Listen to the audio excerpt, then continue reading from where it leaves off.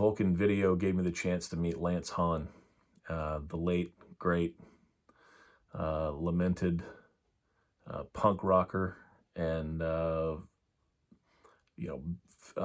cinephile par excellence, man. Lance Hahn was a wonderful guy, Hawaiian, Californian, the lead singer and songwriter of a Bay Area punk group called J Church. And I walk into Vulcan one day, and he's here's the new guy. This is Lance. And over the course of the next bit of time, I learned that he's like this kind of underground punk god. I mean, I got to work with Lance Hahn, which was a real thrill. And I'd seen J Church play when I was in high school at some point when I went to Atlanta. And it was a real, to be 19 and hanging out with someone like that, who ended up just being a super nice, regular, kind person. And it was the ongoing thing where if you worked a shift with Lance, you would then have to, someone would have to drive him home.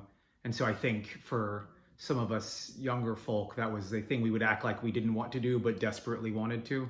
And so I drove him home a bunch and would chat, and we became good friends. And that's all because of Vulcan. And yeah, that first shift I worked at the South Store. I remember Lance asked for a ride home. He didn't have a car. I always saw him walking. So I was like, you live right on the street from me. I'll give you a ride home. We're driving in my car. I have some punk band playing, probably a bigger name punk band. And Lance started talking about music and mentioned oh yeah, my band played a gig with those guys. And I was like, oh, that's so cute. What's the name of your little band? And he was like, J Church. And I almost crashed the car. Had no idea that was him. Got to work 3 or 4 years with that guy. Learned so much about film, international film, music, independent American cinema.